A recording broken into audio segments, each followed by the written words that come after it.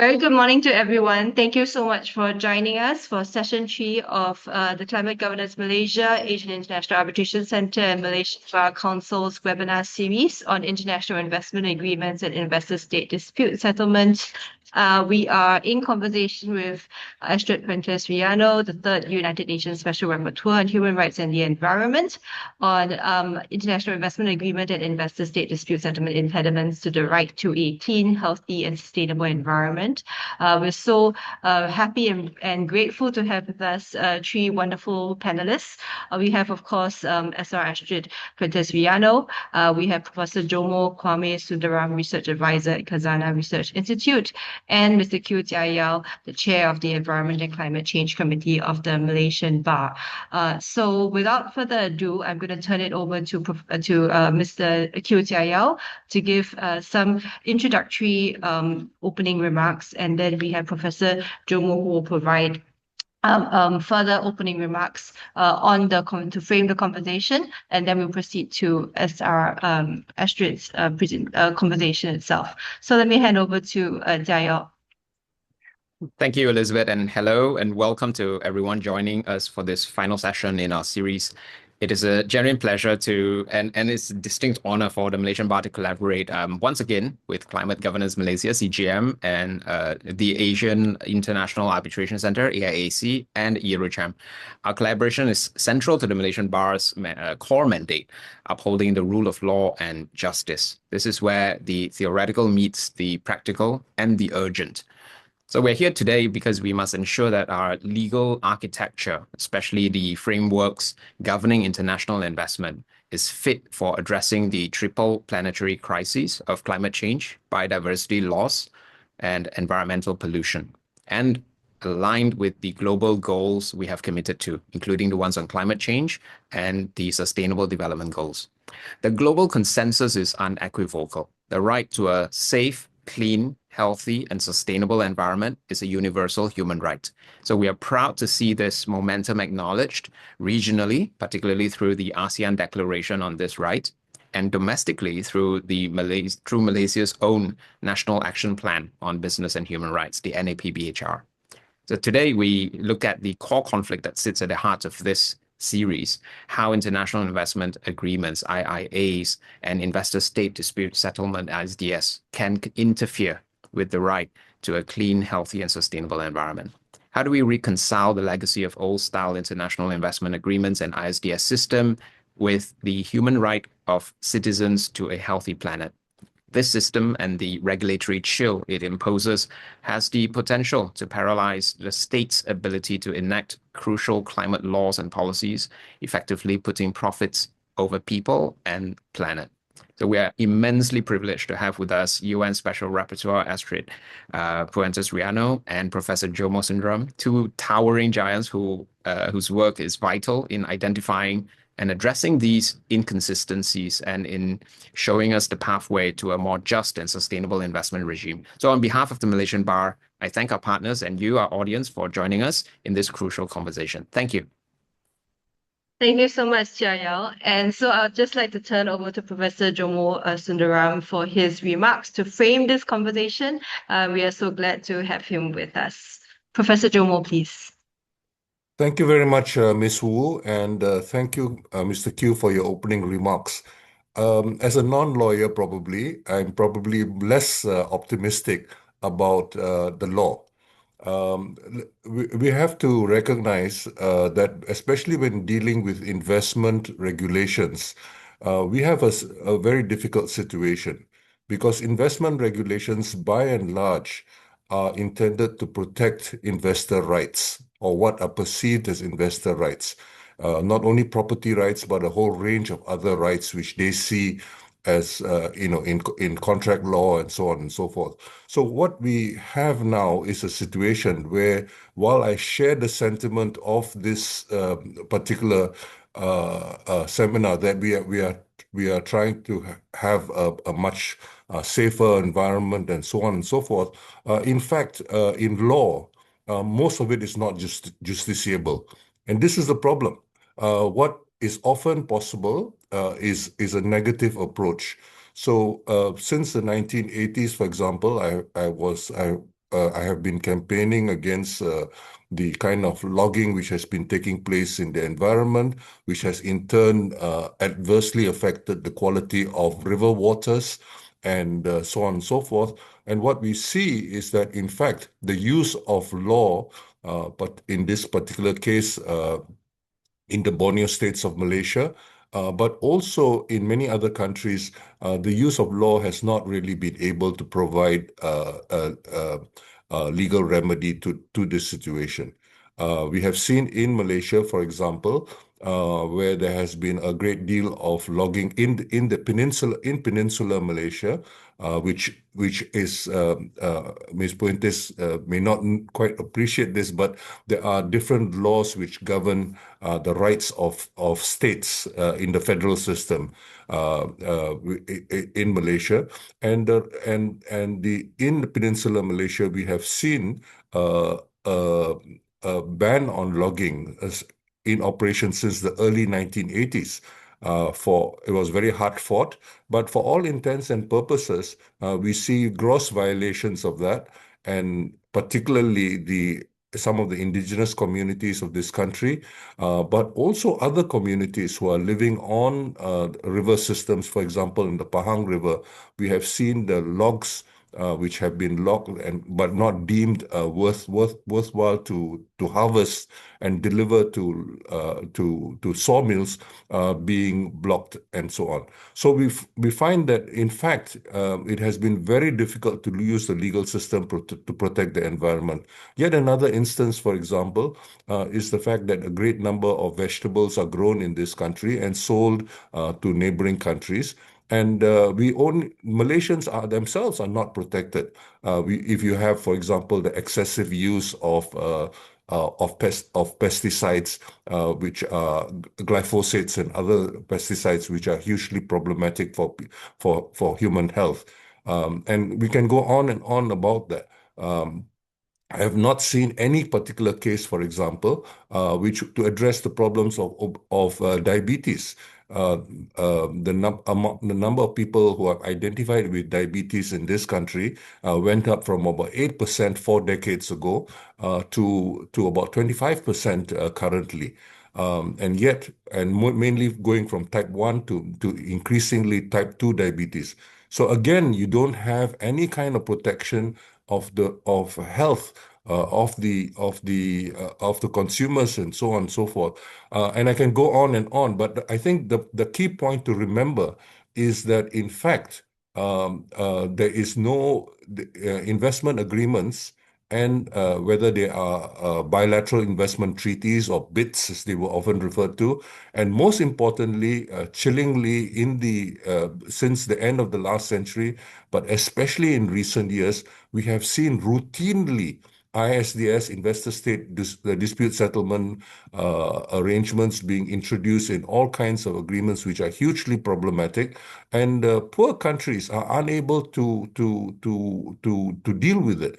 I remember talking to a former minister in Malaysia who said to me that it costs Malaysia hundreds of millions to deal with one particular arbitration case. And there's a great deal of what I would term as corruption. As a layman, I'm not sure you can actually, but you have a system where the whole arbitration system. I've written on all these things, and they have been published in Malaysia, but I do not remember anybody coming forward to pursue these matters within the legal system. So while I appreciate the sentiment, being posed here, I'm afraid we do not stand on very strong legal grounds as far as pursuing that particular dispute. There's a joke about economists. Then when all you have is a hammer in your hand, everything looks like a nail, right? All the problems look like nails, and you think you can solve that problem with your hammer. But in fact, many of these things are beyond that. So I think it's very important to recognize that in Malaysian and most courts in the world, we find that it is property rights which trump human rights. And particularly in the recent international environment and national environment, I would put it to you that, in fact, we are not on very strong grounds if we rely on the existing legal systems alone, both at the national level and particularly at the international level, because ISDS really operates very much at the international level, providing recourse to aggrieved rights owners. I want to conclude with just emphasizing that if you look at the kinds of guarantees which are given to investors, there are more than enough guarantees, and there's absolutely no need for ISDS provisions. But when some of us raised the whole question of ISDS in relation to the so-called CPTPP, and although there has been a movement, for example, in Australia against the ISDS, we find that there has been little response within the other member countries of the CPTPP. And now with the recent case, although Mr. Palmer, who sued as a Singapore resident in the ISDS case, has pursued this matter, in fact, just because he lost at one level, it hasn't prevented him from taking further actions through other means. So this, I think, is a huge problem, and I'm very glad you're taking up this issue. But I do not believe that simply a legal approach is going to be terribly. I wish you were right, but I remain quite pessimistic, coming out of perhaps all too many decades of rather poor experiences. Let me stop here. Thank you very much for your attention. I look forward to hearing from Ms. Puentes. Thank you so much, Professor Jomo Sundaram, for those reflections. And I think in terms of some of the entrenched problems in the system, just for the viewers to know, there have been 2 previous seminars as well that have also touched on various areas, and Professor Jomo's remarks come after to also illuminate some of the aspects of this system, and we're very grateful to hear from him. Can I just now turn to Special Rapporteur Puentes Riaño? So we will have a conversation with her now about her thoughts and reflections on this issue and the types of IIA and ISDS impediments to the right to a clean, healthy, and sustainable environment. And then we'll proceed to a panel discussion with all speakers and welcome audience Q&A. And if you want to put in Q&A at any point in time, please do in the chat box, or you can also bring that up later on if you prefer. So turning now to the conversation with SR Puentes Riaño. So Special Rapporteur, before we discuss the current legal and policy landscape for IIA and ISDS impediments to the right to a clean, healthy, and sustainable environment, I think we must first start with an understanding of this right and your current mandate. Can you tell us a bit more about what a right to a clean, healthy, and sustainable environment entails, and briefly about your role as Special Rapporteur in relation to this right? Thank you very much, Elizabeth, and thank you very much for also organizing this very important conversation, and to the Climate Governance Malaysia, and to IIAC and the Malaysian Bar Council. Really, thank you for, again, organizing the conversation and the invitation. And so, exactly, first of all, when we talk about the human right to a clean, healthy, and sustainable environment, we talk about protecting clean air, safe climate, safe and sufficient water, healthy and sustainable food, non-toxic environments, and healthy ecosystems and biodiversity. So, of course, these elements are substantive elements, are the ones that are directly related to elements of the environment that can and have a direct relationship with human rights. And we also talk about procedural rights that are access to information, public participation, and access to justice. And me as a rapporteur, of course, I mean, before maybe thinking about the rapporteur, the right to a healthy environment is today recognized expressly by 165 states that either in their constitutions or legislations or regionally recognize this right. And it was recognized also by the UN Human Rights Council and the General Assembly.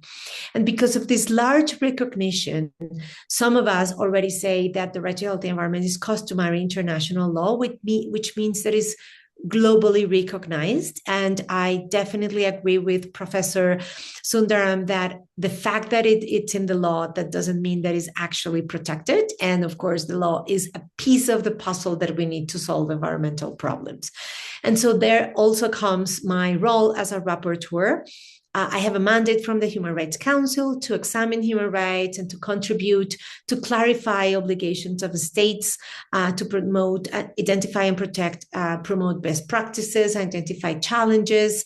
And one of the things that I'm doing as a rapporteur is prioritize the understanding of the differentiated impacts of marginalized communities. What does this mean? That while we all are impacted by climate change and biodiversity loss and toxic pollution, we're not all in the same boat. Some people are in luxury yachts and cruises and even superchargers and military boats. And then other people are in small canoes or in very small boats. And some people do not even have a boat. And so these ways in which the systemic discrimination and historic exclusion impacts people differently, if considering also children and women in some situations, indigenous peoples. And so it's very important when we talk about this that we consider the differentiated situations of people, not only because of the victim situation, but also because a lot of the people that is marginalized in some situations also have very important scientific knowledge to contribute to solutions. Thank you so much, Special Rapporteur, for that, for those reflections. So I think maybe just to also frame the nature of the right and how it's evolved in jurisprudence, can you maybe tell us a little bit more about your work in your previous role as co-executive director of the Inter-American Association for Environmental Defense, in which you won a historic victory in the case of La Arroya versus Peru. For those listening, that is a landmark judgment that the Inter-American Court of Human Rights made and found that the state of Peru was responsible for violating the rights of the La Arroya community due to decades of unchecked toxic emissions from the La Arroya metallurgical complex. So, Special Rapporteur, if you may, could you explain perhaps the significance of this case in relation to the right to the healthy environment and also share your reflections on having led this litigation? So, absolutely. So the case of La Arroya in Peru, as you mentioned, is linked to a smelter that has been operating in the city since 1922. So of course, when we started working on that at the end of the 90s, it was not a new case in that sense. But what happened there is that a smelter that at the beginning was private, then was public, and then it was also in this whole privatization in the 90s wave. When the company bought the smelter, they started to produce it with different raw material that was way more contaminating and then producing way more levels, which of course increased the contamination. So it is important because unfortunately, it also shows that it took 20 years to get to this historic decision that you mentioned. But I think that in the path, and again, as we heard from Professor, the law helps to advance some things, but also it was key to make evidence the importance of using science and for people to participate and to have access to information as a right. The case of La Arroya is historic in so many ways. There are a lot of firsts in this case. One of this is that La Arroya is the first case at the Inter-American system that was decided by the court that it touches about issues related with air pollution and an urban community. Until La Arroya, all other cases involving environmental issues were related with indigenous peoples or people of African descent that were based in rural areas, which of course are very important cases. And today, the majority of the population, 60% of population in Latin America, live in cities or urban areas. And we have to deal with environmental issues, definitely air pollution. So that is one of the key aspects in which this case was important. The other one is because it rules and evidences the importance to have access to information, public participation, and access to justice as human rights that are linked to the protection of the right to a healthy environment, and that are linked also to protect human health and even life. Because unfortunately, throughout the litigation, 3 people lost their lives, and 2 people were identified by the court that their illnesses, one was a man that died because of cardiopathic diseases, and the other one was a girl linked that had a cancer. And the judgment concluded that these diseases were linked with the contamination, which it was also huge. The court also changed the burden of proof in exceptional cases where contamination is so high as in La Oroya, where the state knew, and there was also proof of the fact that people were exposed to this level of contamination. And in this case, the court said that they exempt the request from the law to prove the legal causation that these diseases or the impacts are actually caused by the contamination. The case, of course, is very complex, but it also touches on the right to life, dignity, health, property, the rights of the child, and cultural rights, evidencing that, of course, when we talk about pollution, we talk about many rights. It's not only about the right to a healthy environment. And it also highlights that then the court highlighted that the right to a healthy environment is an independent and autonomous right that is possible to be justiciable. So the professor was mentioning that one of the challenges that we have, and I agree, is that in many situations, there's no way to actually access to justice to defend our right to a healthy environment. And so this case was one of the firsts that implement this. And it also links with the special obligation of the states to prevent environmental harm that are linked to human rights and to act with due diligence and with stricter due diligence, thinking about the high level of the risk. Thank you so much, Special Rapporteur. I think just going off your comments on the heightened level of due diligence, that was something that I think the International Court of Justice in its recent advisory opinion on states' obligations on respect of climate change had mentioned in terms of due diligence of states. And there was also a subsequent Inter-American Court of Human Rights advisory opinion.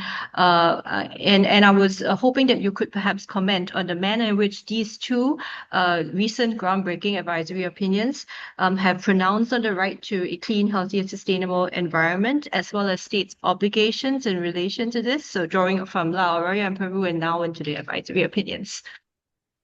So the Inter-American Court on Human Rights has 2 already advisory opinions related with the environment. The first one was in 2017, and it was the first time that they referred to and explained broadly the obligations that states have in relation to the environment. So this one was a broad advisory opinion. And then the most recent one, the advisory opinion 32 that was published this year, specifically addresses climate change.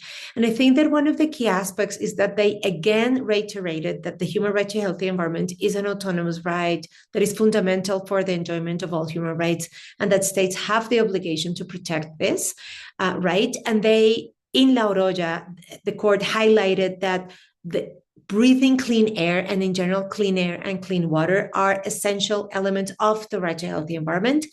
And then in this advisory opinion 32, they went further and to say that safe climate, so the right that we all have to enjoy a safe climate, is also part of a human right. They also concluded that, of course, recognizing that climate change is a situation of urgency that is severe, and that there is scientific certainty about the existence of the climate crisis. They highlighted and used obligations and principles for human rights law, including the principle of non-regression and progressivity, which is very important. And we heard then the International Court of Justice also mentioning, for example, in relation with national NDCs, national defined contributions, determined contributions, that national policies in relation with climate change and linked also with human rights have to be progressive and ambitious. And so even an NDC that is the same every 5 years is, as according to the ICJ, is regressive.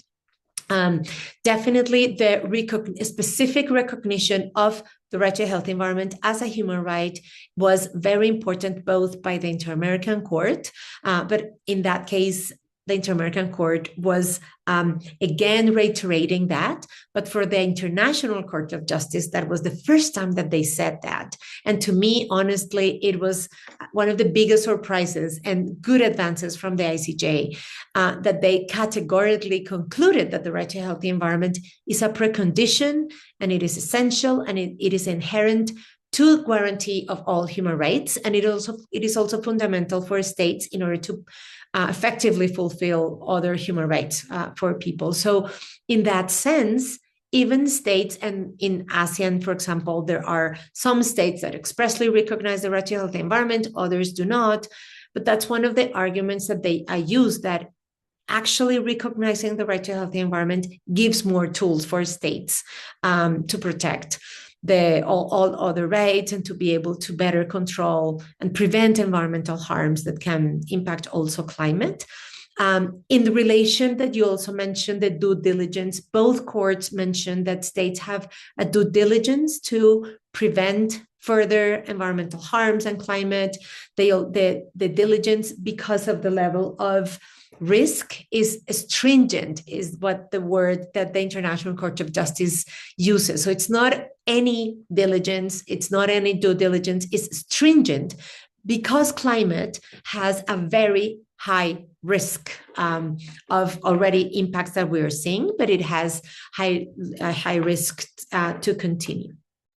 Thank you so much for those comments. And I think just moving on then, I think from this heightened standard, which you've articulated, as well as the recognition of the right and the ideas of non-regression, not just the ideas, pronouncements on non-regression. So I think then taking this into the context of international investment agreements and investor-state dispute settlements, it would be great to get your reflections on how this interacts with with a right to a clean and healthy, sustainable environment, and specifically how IIAs and ISDS can interfere with the right to a healthy environment. I note as well that you have recently issued a joint statement on the 16th UN Conference on Trade and Development, calling on states to prioritize human rights and planetary health in trade, investment, and business regulation. So it would be great to hear your reflections on the interaction between IIAs and ISDS and this evolving and developing right to a healthy environment. Absolutely. And so I absolutely agree with what we heard also from Professor Sundaram, that while under international environmental law and international law in general and human rights, states have the obligation to protect the environment and to prevent further impacts on both the environment and the climate system. And there is according to the International Court of Justice, an erga omnes obligation to prevent further impacts, which means that even if states decide to withdraw from all treaties, they still have an obligation to protect the environment and the climate system. And under the advisory opinions, this is a very clear obligation from states. Under international trade law, and specifically international investment agreements and ISDS, that are the tools that reflects that, as we heard before, this agreement and law, unfortunately, the objective of this, maybe it's not unfortunate, but the objective of this law is to protect the interest of investors. And at the beginning, and it was created decades ago, to prevent expropriations and to protect different rights, including the right to property of investors. But today, this structure and the trade law and the agreements are being misused by foreign investors to, and specifically and largely by the fossil fuel industry and the mining industry and other extractive sector, to challenge environmental regulations, stricter regulations. And there are several examples, including in Europe. It's not only in the global south, where states have tried, for example, or advance coal, phase out from coal, which is one of the the fossil fuels that pollute more. In Italy, we have cases like this, and in Germany, where when states advance this decision to phase out from fossil fuels, then companies have litigated against states for millions and sometimes now billions of dollars and won. And even when states win these litigations, they spend, as we heard before also, in the case of Malaysia, but it also everywhere, states invest millions of dollars even to defend themselves. My predecessor, David Boyd, prepared a report on this on 2023 that I encourage, of course, all to read. And I also prepared an annex to the last report that I did on environmental impact assessments, showing that there are dozens of litigations where states comply with their constitutions and their laws, rejecting the licenses that were requested by different projects, and then the litigations under ISDS, states were forced to pay millions of dollars. So there is, in that sense, an undermining of states' environmental and climate measures.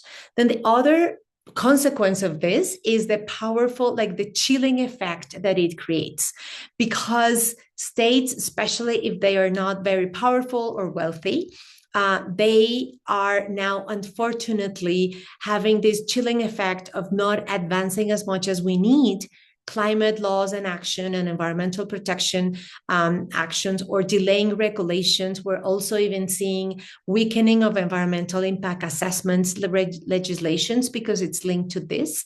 So we have now two legal frameworks that are clashing with each other. The international investment agreements are protecting private interests, and environmental and human rights law are protecting public interest. So what we need, and that is why the major argument is that in order to advance and comply with climate action, to protect humanity, to defend the planet, and to be able to advance these commitments, that is why we need to make sure that international investment agreements and ISDS are changed and regulated in line of international obligations of the states, with the advisory opinions, with the right to a healthy environment. It's not that we have to end everything, but we have to make sure that international trade law is aligned and respecting human rights law, and that states can and are able to comply with their obligations under international law. Thank you so much for that, as a special rapporteur. And just for those listening, we will make those particular reports by David Boyd, the previous UN special rapporteur, as well as the annex that Astrid Puentes Riaño mentioned, available along with the YouTube link of this recording after this session. And so I think that will be interesting resources also to look at. And so I think, special rapporteur, you mentioned that there is, as you said, private interest, and then there is a public interest. And I suppose public interest as represented in litigation before tribunals, such as in the case of La Aurora. And there seems to be a disjunct. And I was wondering if you could provide comments on how you think we could bridge this disjunct, and who should be bridging this disjunct. Yeah, I think that La Aurora and other cases are evidencing why we need to change these trade laws and make sure that all are aligned. I think that both states have to remind, and we have to help states to remind that the main objective of states has to be to protect the public interest, and they have international law obligations. And it's not only because of the law, as we also heard. I don't think that the law is the only solution, but we also have the science evidencing year after year that today we cannot continue the exploitation as we have. We heard about the impact to forests, but also the ocean is in the brink of having no return because of the impact of climate change. Air pollution, today, according to WHO, the World Health Organization, 99% of people are breathing air that is polluted and is affecting our health and life. So that is why we need to make sure that states change these international agreements. And who has to do that? States, civil society, science, academia, and people, citizens in general, have to get involved. And we also need, by the way, companies and the law firms and lawyers that are bringing these cases and this litigation at the tribunals, and definitely also people that are working, including, of course, the arbitrators, to understand that this is not about anymore the private interest, that if we continue with these structures, what happens is that humanity's well-being is at stake, and everything that we love, the oceans, the glaciers, biodiversity, of course, people, first of all, and so ecosystems everywhere. So we need to make sure to be able to advance the solutions that we need, specifically phasing out of fossil fuels. And we cannot do it if this ISDS and the way in which trade law is now being used. The other thing that I want to highlight that I didn't mention but is key is very simple thing in quotes, because it's so simple: access to information and participation and access to justice. 3 human rights that are also key elements, as I mentioned, of the human right to a healthy environment. But these are not also respected in the ISDA arbitrations, because it's private law and it's between investors and states. All of these litigations, these arbitrations, are confidential. And even if the arbitrations are linked with human rights violations or public interest, it is not very easy to participate in these arbitrations. A lot of these arbitrations are confidential. So even the numbers that we hear, how much states have to pay to X company, that is only the tip of the iceberg of what's happening, because again, as I mentioned, because these arbitrations are confidential, we don't know exactly what are the kinds of deals and agreements that are set here. No, thanks so much for that. So just off your last remarks, is it then the case that a state might possibly not be upholding the procedural right to a healthy environment when critical disputes regarding the state's natural resources are basically decided in private international arbitrations with limited participation by the community? What are your views on that? And I suppose particularly in light of how the Law Arroyo case articulated a particular standard of transparency, which, as I hear, doesn't seem to be reflected. La Arroyo is a good case because it was both litigated nationally, of course, first for a few years. People actually from La Arroyo won at their constitutional court, and because the decision was not implemented, they went all the way to the Inter-American system. And because of some advancements and intentions from the government to better control and monitor the smelter, the company sued the government at one of these ISDS, of these tribunals. And so people wanted to participate from La Arroyo and to express and to share how things were there, etc., but they were not allowed to participate in this. And the problem is how these ISDS are organized, because the state is one party, and the ones that are decided are 3 arbiters that are private, that are not aligned, or they're not binded by international law or the law of the country, in this case, Peru. And so even if Peru wanted people to participate in the arbitration, they couldn't, because it was not for them to decide. So this highly confidential and inaccessible litigation for communities, opaque process is one of the things that is absolutely important and urgent to be changed.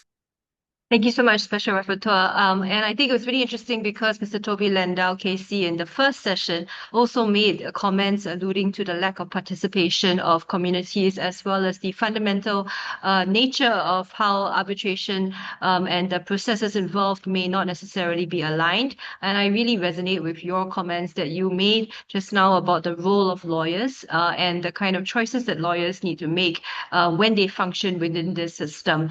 And so I think that's something that's really important to note, along with your comments about how really it's the collective effort of scientists, civil society, economists. I'm sure Professor Jomo will have maybe comments on that later when we get to the discussion on with public. But I know basically the idea also that these instruments may not even be aligned, not just in legally, but also in terms of science as well as the economics part of it. So I think just going then into maybe what has most recently been on everyone's minds, which really is the outcomes of COP30.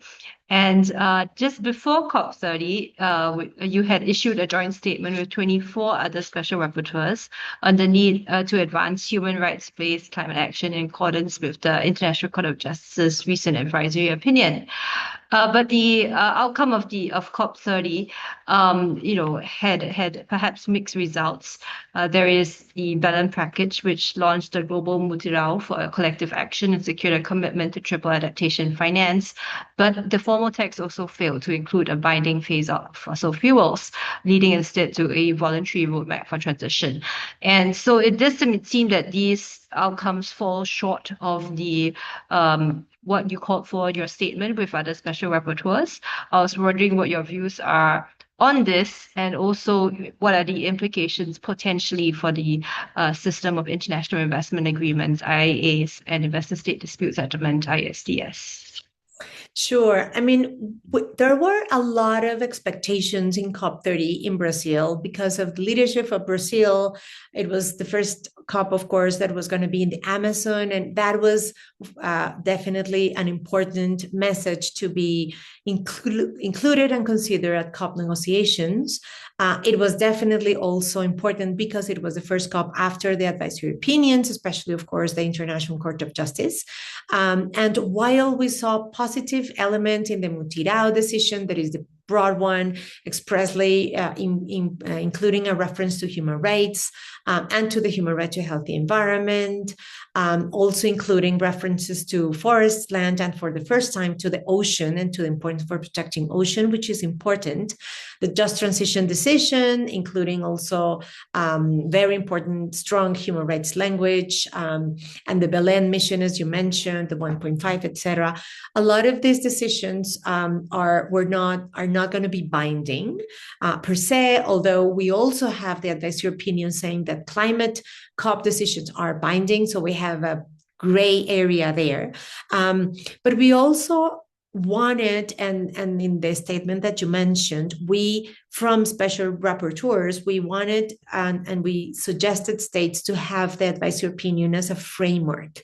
And one of the things that we saw, and in a lot of ways is how international law works, that unfortunately not for all states, I mean, many states were having the International Court of Justice advisory opinion and the obligations as a framework, but there are other states that are more resistant to, for example, continue talking about fossil fuels, to continue talking about the obligation to phase out.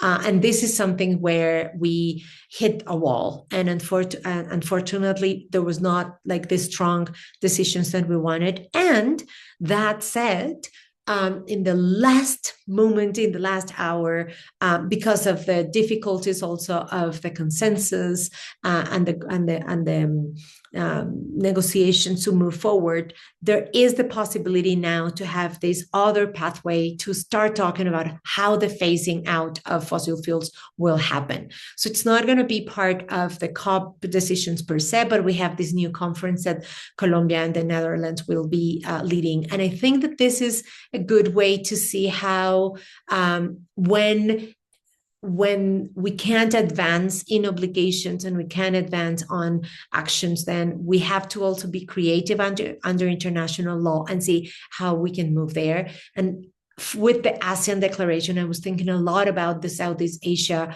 region with the ASEAN declaration and the other declarations that we heard, how the region will also bring from the region forward actions that are going to be needed. And in that sense, thinking about, and well, first of all, understanding, but also thinking about how these investor agreements or advancing accountability can be done in the region.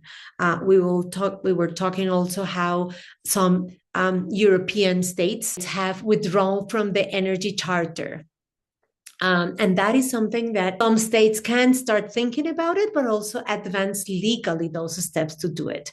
And hopefully that in the new investor agreements or in the new trade agreements that are negotiated, it will be important to have human rights and the environment at the center. We don't have to have all the time in these agreements, this, as Professor also mentioned before, the kinds of protections that ISDS have, right? And all of these litigations. There are a lot of cases in Costa Rica, for example. They have this investor agreement with Canada a few years ago, but they remained their jurisdiction on these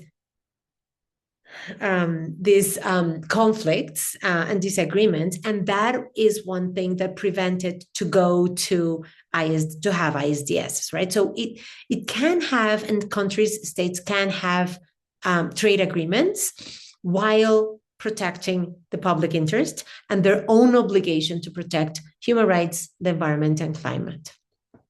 Thanks so much, Special Rapporteur, for those really insightful comments. And I think it's really also encouraging to hear, I think, the momentum moving forward after COP30, notwithstanding the results. So I just want to bring in Professor Jomo now and Jia Yaw into the discussion. And, Professor Jomo, the COP30 has also called for a big influx of private climate finance. I'm very keen to hear your views on whether or not you worry that this capital will come tied to, I think, old generation investment protections and impede development sovereignty. 85% of ASEAN investment treaties are old generation investment treaties, as we have just alluded to in our discussion with the Special Rapporteur. So grateful for your thoughts on this issue. I think there are two ways, Elizabeth, to address your very important question about the significance of COP30. I think COP30 was a great disappointment because there were great expectations, particularly because we are living in very bleak times. And we have seen multilateralism under threat, the UN system is under threat, and so on and so forth. But we have also seen more than that, human rights and a whole range of other issues experiencing massive pushbacks from certain quarters. And we're not just looking at Washington, we're looking at a much larger pushback. And including Europe, I think, which was mentioned earlier. The reversals, however, which you refer to, do not begin, with COP30. I think it's important to contextualize them, and I would particularly draw two or three things for our attention in the context of the kinds of discussions we are having here. As far as the reversals of COP decisions, they began much earlier, as everybody knows, and even the Kyoto Protocol, which was approved, when Al Gore ran for president, he didn't say anything about the Kyoto Protocol because the U.S. Senate had rejected it by 95, by a margin of 95 to, I think the others were abstentions. So we have a situation where all we have right now are essentially non-binding agreements when you look at what was attempted at Copenhagen in 2009 and what was achieved these were all very, very poor compromises. They're important compromises, and I don't want to belittle them, but I think it's very important to recognize that.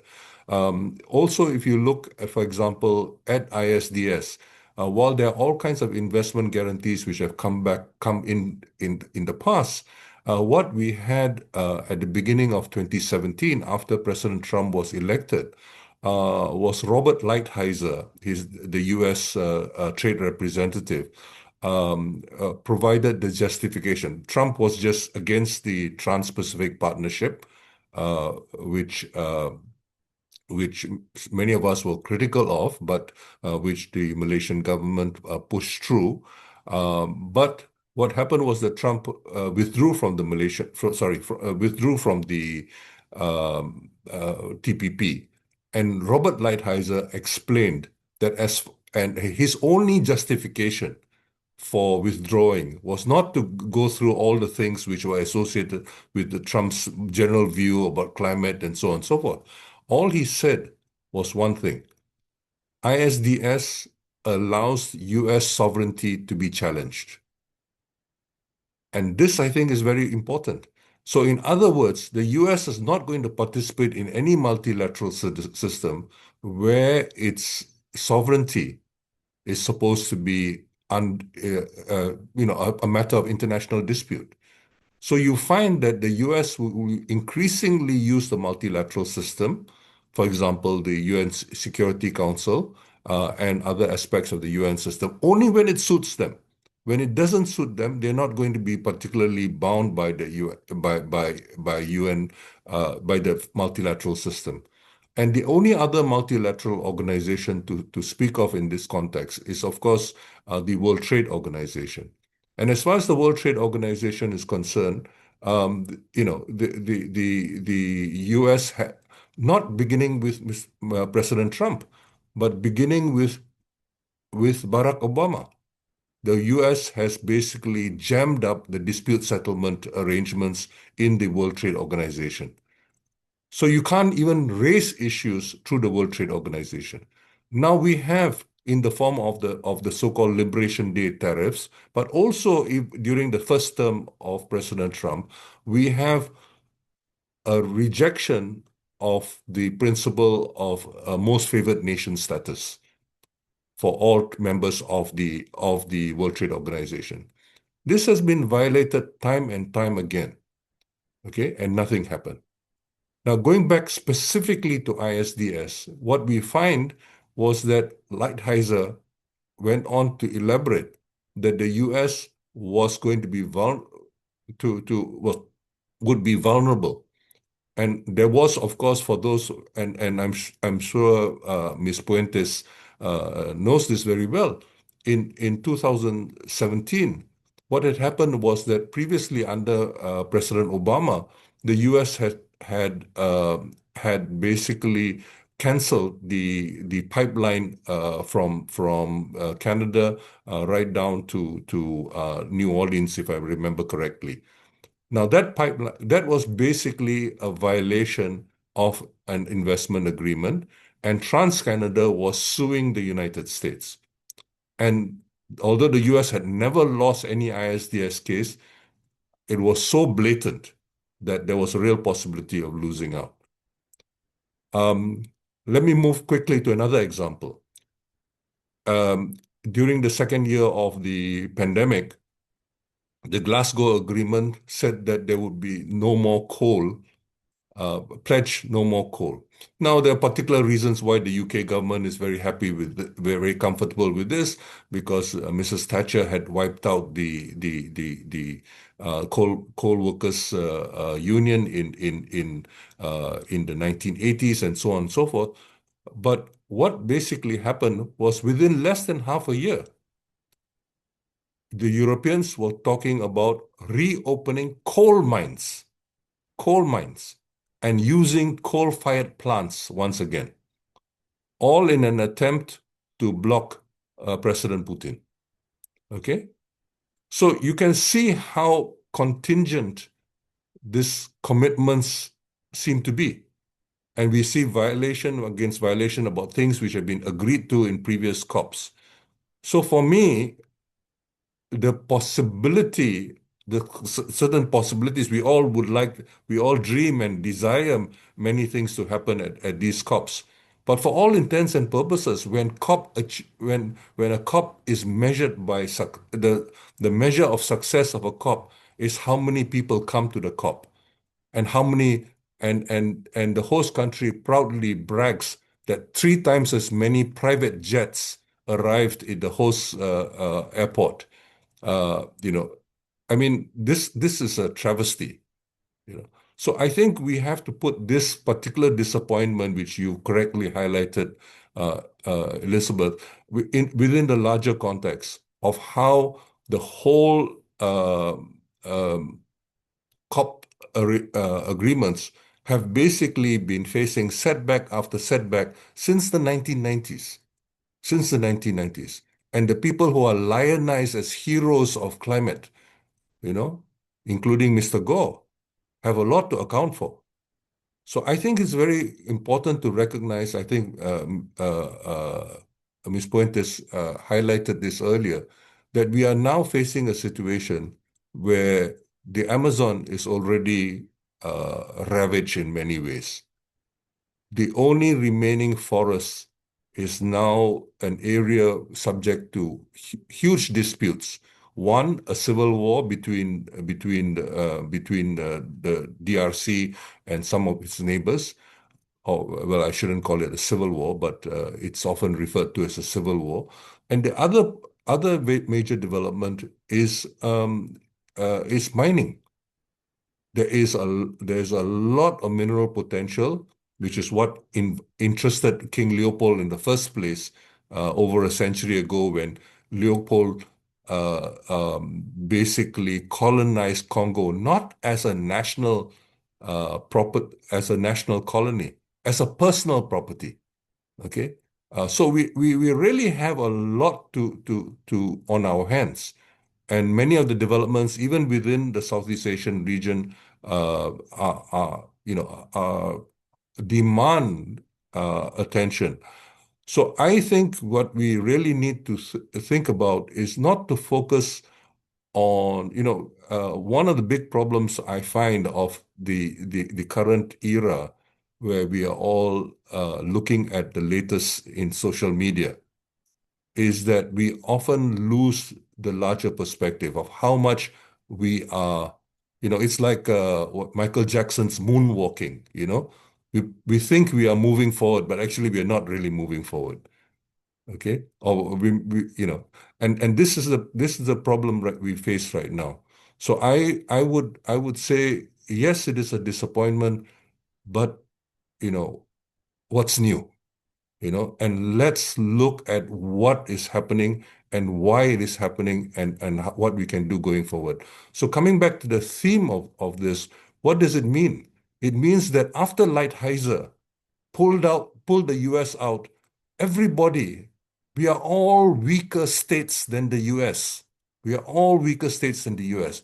Every single state in the world should be put on notice that ISDS is something which is onerous, which even the US cannot handle, let alone us lesser states, okay, in terms of various kinds of capacities. So the whole world should basically annul all the ISDS arrangements. But what did we do in this region with CPTPP, the substitute for the Trans-Pacific Partnership? We compounded the problem. It wasn't as if there was anybody who was demanding it. The countries which had insisted on the ISDS chapter in the original Trans-Pacific Partnership were not even party to the CPTPP. So we have the irony where legal precedent and legal, is not recognized, and our negotiations sort of accepted things rather blindly. Now, since then, there have been 4 regimes, okay? Astrid might not realize this, but we change governments we used to change governments fairly often during the period from the end of the of the previous decade. And what we have seen is that each government has more or less accepted the legal framework. So what we need is a great deal of understanding and appreciation of the larger issues. One of the big things going on in Malaysia right now, for example, is the whole question of data processing centers. It's the new big investments in town. But everybody knows from all over, Latin America is facing these problems, and even the US is facing problems. People in the states around the Great Lakes area are facing problems because, and in those, the abundance of water in the Great Lakes should remind us that we have much, much less water. Besides about 4 major river systems in Sarawak and in Peninsular Malaysia, we do not have that abundant supplies of water. But Johor, which most of its water is committed to Singapore, is now basically going to host 60% of the new data processing centers. And that will involve massive generation of new electricity. And because Mr. Trump doesn't want DeepSeek to be used by Americans and American allies, the energy requirements are going to be much greater, which also makes the cooling requirements much greater. And so we have this additional problem right now where the water supplies of people in Johor and possibly elsewhere in the country are all at threat. It is not for no reason that Singapore rejects any further building of data processing centers. But this is the kind of thing which investors do all the time. So I think we really need to I think that some of the issues which were many of activists and people who would hope for something coming out of Belém, I think as Ms. Puentes correctly pointed out, it was because of Brazilian leadership. Because, nothing really has come out of the COPs for quite a few years before that. So there was hope that Lula Ignacio da Silva and others would really deliver something, meaningful. But we know that in Sevilla, on the Financing for Development conference, there was very modest progress only because of the Spanish leadership hosting of the negotiation and insistence and a reduced level American participation was allowed a little bit to go through in Sevilla. If we look at what happened earlier this week in Johannesburg with the G20, without either the president or the vice president even showing up, you had a very weak statement coming out of the G20. So, I think we have a real crisis, not only on the environmental front. Health is at risk and so on and so forth. And we really need to get our act together, not only within Malaysia, and although that is terribly overdue, but also regionally and internationally. And we need to have a greater level of cooperation because it is at the we have, ironically, many civil society organizations do not like to work with governments. But unless you work with governments in these situations, because it is the state, it is the governments which need to negotiate these matters. And this, I think, is very, very crucial going forward. So we have a situation where, there has been the larger framework of international law was set basically developed by a person who actually, although he never came to this part of the world, as a teenager, he wrote the legal opinion which defended a Dutch ship act of piracy against a Portuguese ship off the southern coast of Johor and near Singapore. This is the man named Huig de Groot, who later reinvented himself as Hugo Grotius, okay, the so-called father of international law. So we in this part of the world have a certain responsibility for thinking about for reflecting on this and its implications if we are trying to to pursue the legal system to make it much more meaningful. Because I think for very important steps forward, including the one Ms. Puentes reminded us of, most of the time, communities and publics, consumers, and so on and so forth, are experiencing setbacks.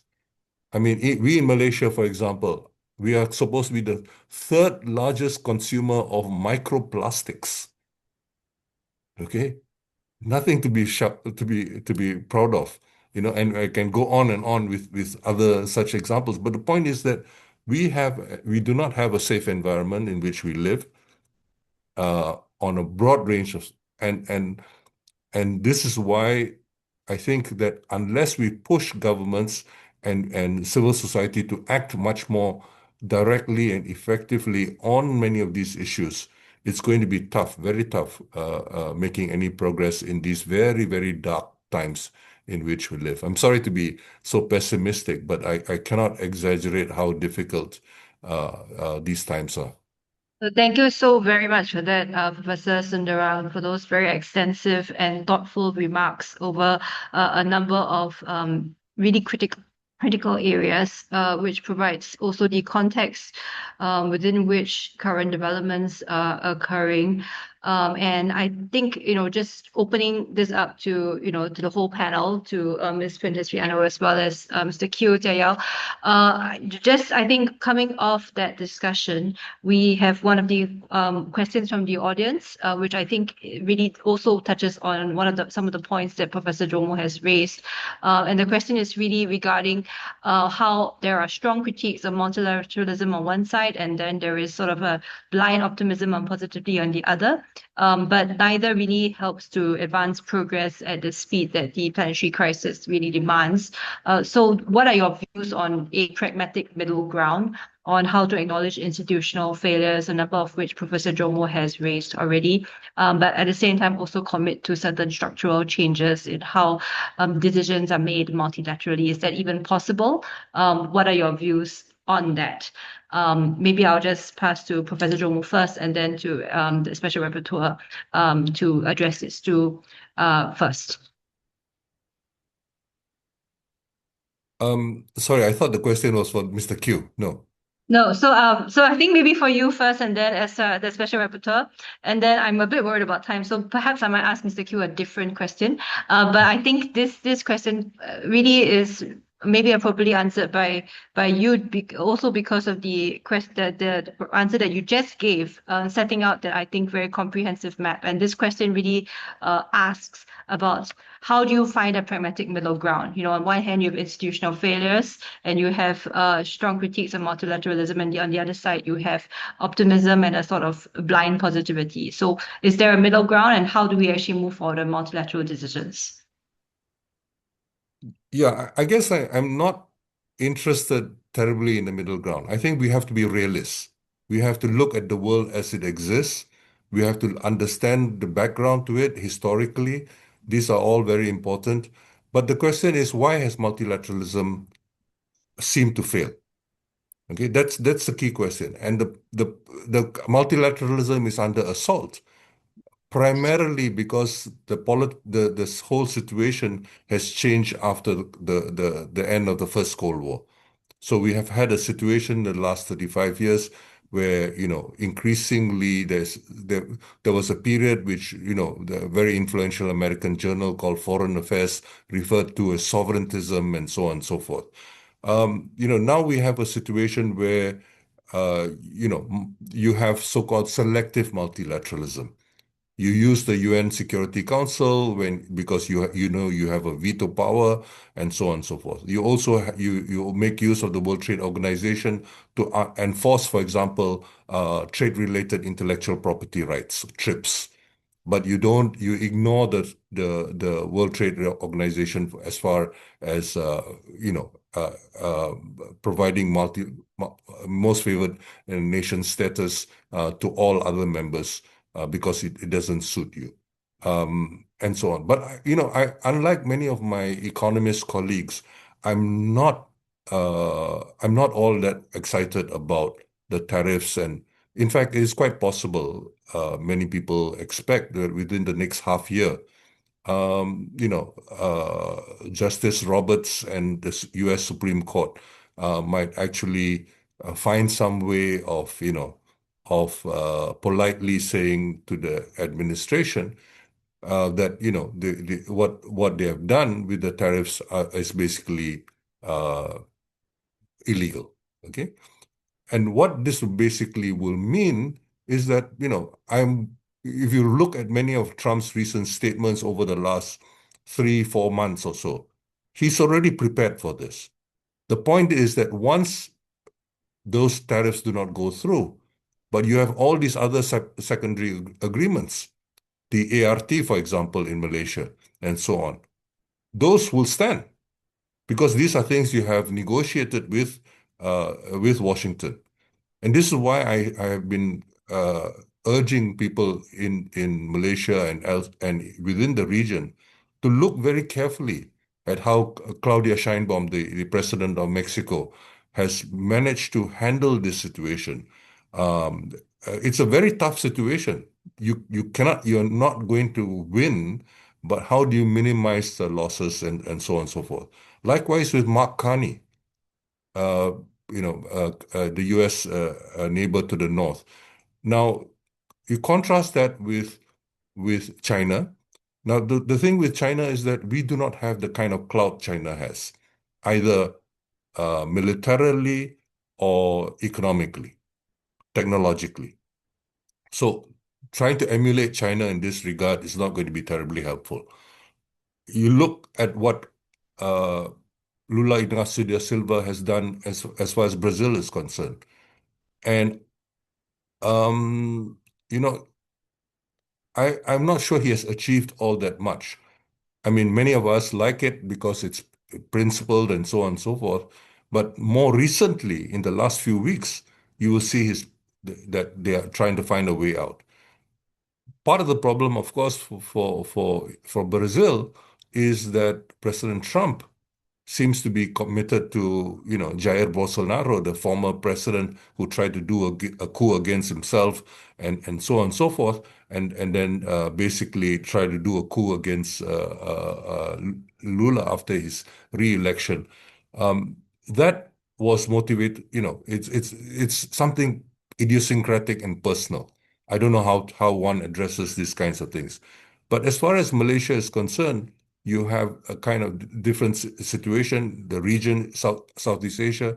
For example, in the case of the Philippines, they now have 11 military bases U.S. military bases in the Philippines. 11, okay? Yet, they didn't get a good deal. So you can see what transactionalism means for President Trump is sort of a zero-sum game. He's not playing for the long term. He's not playing even for the medium term. He is just making a deal, and he will get whatever he wants within that kind of debate, that kind of framework. And a deal between two parties, because he always insists on bilateral negotiations, a deal between two parties invariably means that one will win, and usually the stronger power will win, and the other will have to concede. So the question becomes, how do you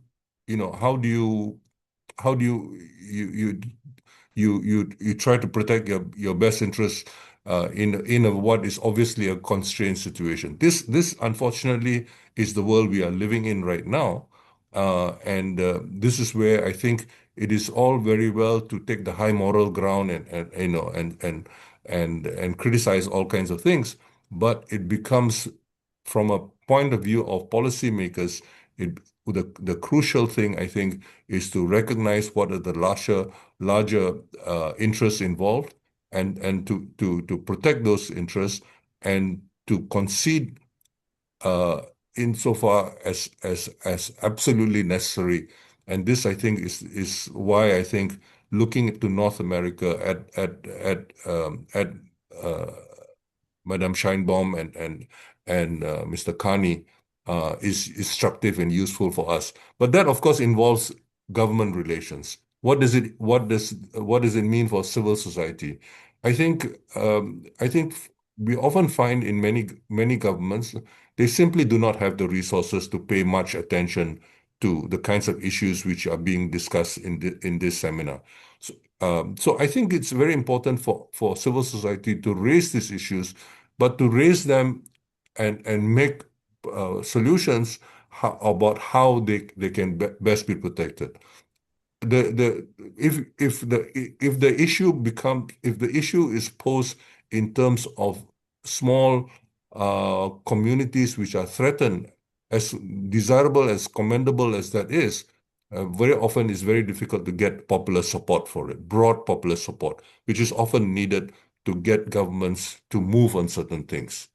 And this, I think, is what is involved. Because, we all know that Trump is sometimes described as a populist, and populists need to get the popular support also. So they are not, it's not as if they have a completely free hand. And we need to begin to think about what is possible within this kind of context. We are living in very difficult times. I appreciate Ms. Puentes' participation because her name means bridge, which is very important for us to, because we hardly ever think about Latin America. We hardly think about Africa. We hardly think beyond Southeast Asia in Malaysia. We look much more to the West than to anything else. And this, I think, becomes constraining, difficult, because we do not learn enough from each other. And so her bridges, I think, are extremely important, not simply as an intellectual exercise, but from learning and cooperating and so on and so forth. Thank you. Thank you so much for that, Professor Jomo. I think maybe then, Special Rapporteur, if you could briefly comment on this question on middle ground, but perhaps in the context of international investment agreements and ISDS. And then I think we would also like to invite comments from Mr. Kiu Jia Yaw after that. But first, Special Rapporteur. Thank you very much. And I think that just exactly to wrap up and to comment on this, the world and international law, as we see, it's of course very different from 1948 and the early years when the UN was created. And so at the same time, we have to identify what is that it works today. It's not only, of course, states are key actors of international law, but they're not the only actors.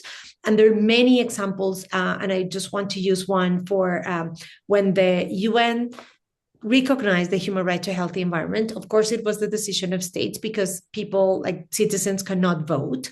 But it was because of the push and the huge and a lot of collaboration from all over the world, asking the UN to recognize the right to a healthy environment. And it is the same, by the way, with the Indigenous Peoples Declaration on Human Rights from the UN. It was 20 years of negotiations from Indigenous Peoples movements. It's the same thing with the advances that we see in action on climate justice and human rights. So we need to use everything. I don't think that today is one thing or the other. I think that definitely it's important to protect multilateralism as much as we can. And at the same time, and I can't agree more with the perspective that we hear from Professor in the sense that the very difficult times that we're living in today, and at the same time, the changes. So we need to go in a new chapter. And yes, my last name is, it's bridges. So it's the connecting of, in the lot of worlds, ways that I do from in human rights and environmental climate, but also law with other areas to make sure that we advance and be able not only to advance the solutions from like a utilitarian perspective, but that we really identify what was not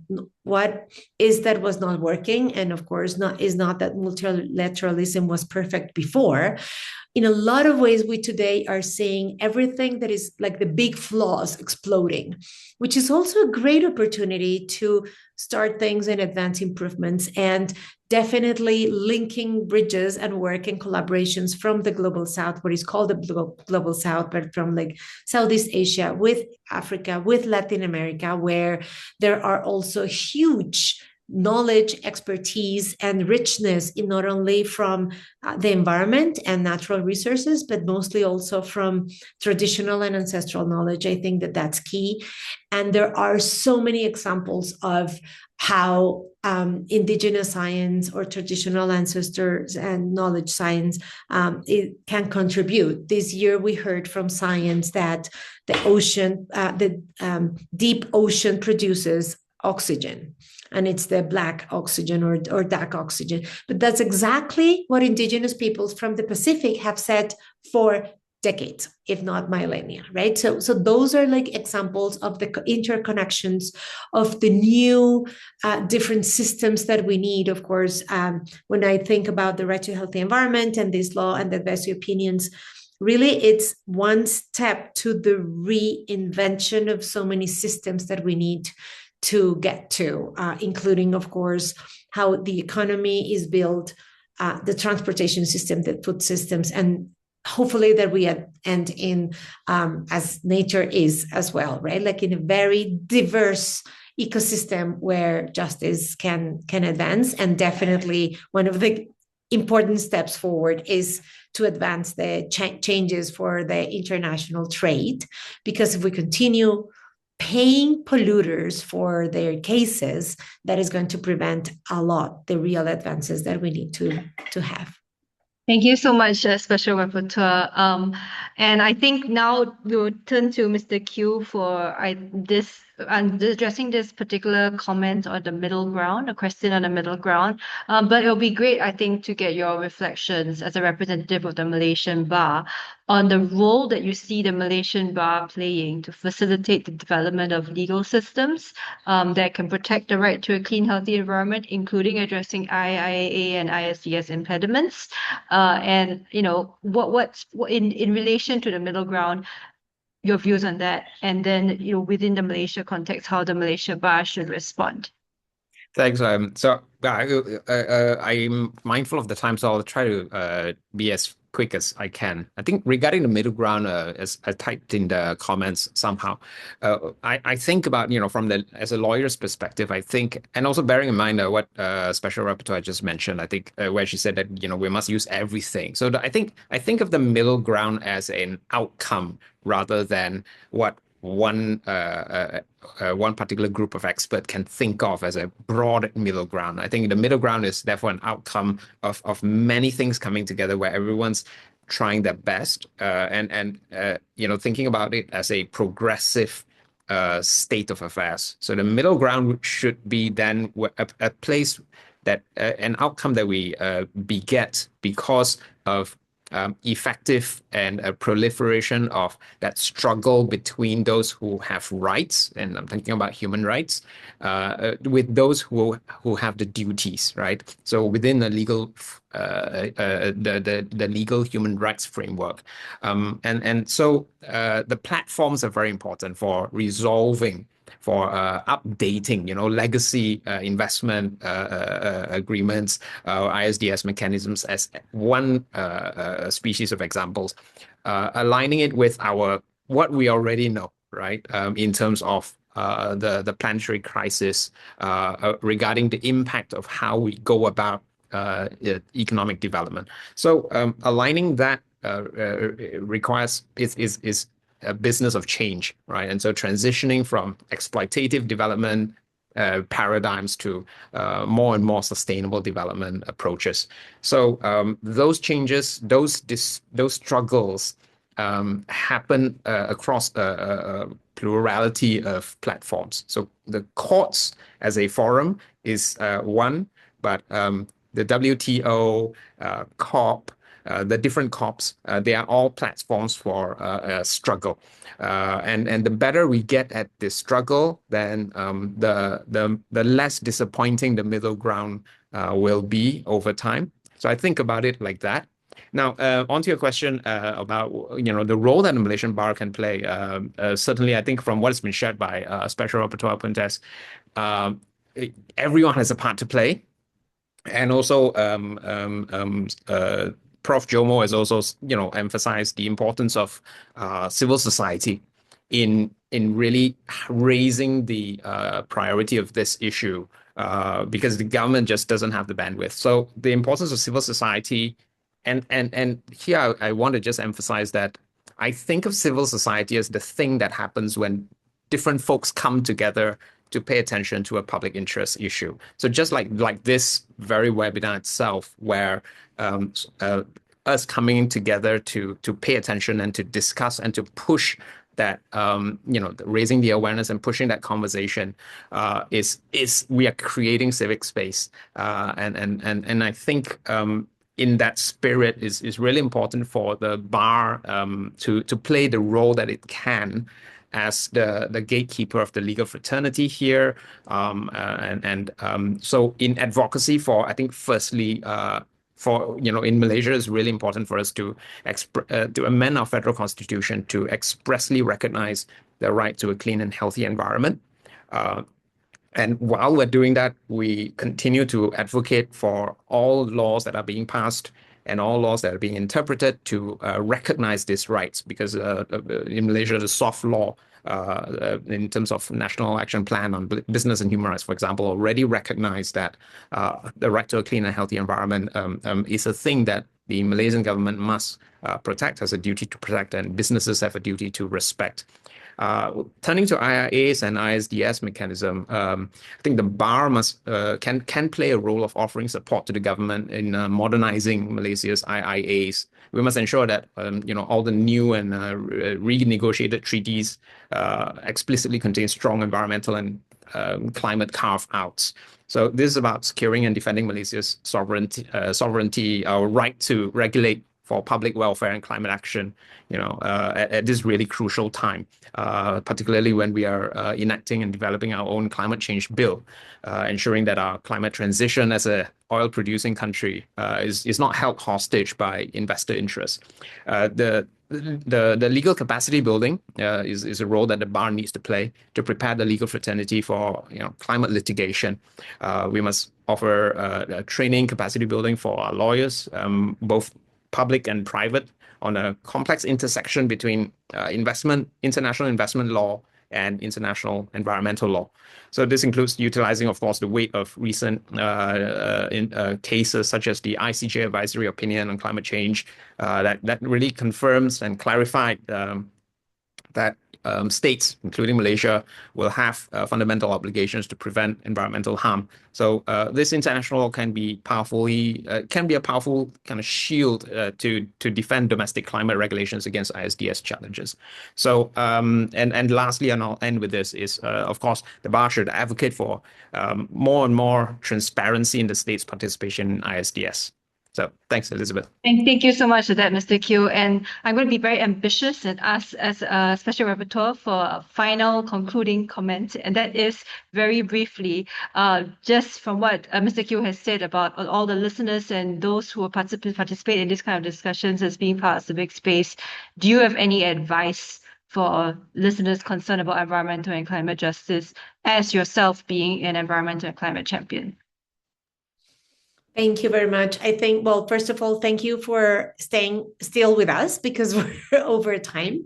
But I think that this also reflects on the interest that there is. And I think, just follow your thoughts, your dream also about what is important to do. I think that as a lawyer, but also as a mom, as a person from the global south, from Latin America, I think that it's also very sometimes easy to get overwhelmed with the information that we sometimes receive.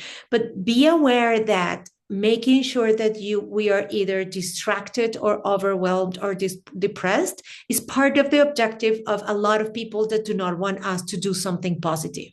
So really get out, disconnect from after the webinar, for example, and from social media, etc., and connect with the people that you love, with nature, and then remind ourselves why is that we are protecting. And as we know, and we heard, of course, here, we need to reinvent a lot of things, including law, economics, transportation. But there are many ways in which we have to do it, and we have to be in coordination, collaborate with others, and definitely be very creative. Today, we have key tools from the law, and we also know that the law has been part of why we are here in this triple planetary crisis and systematic injustice.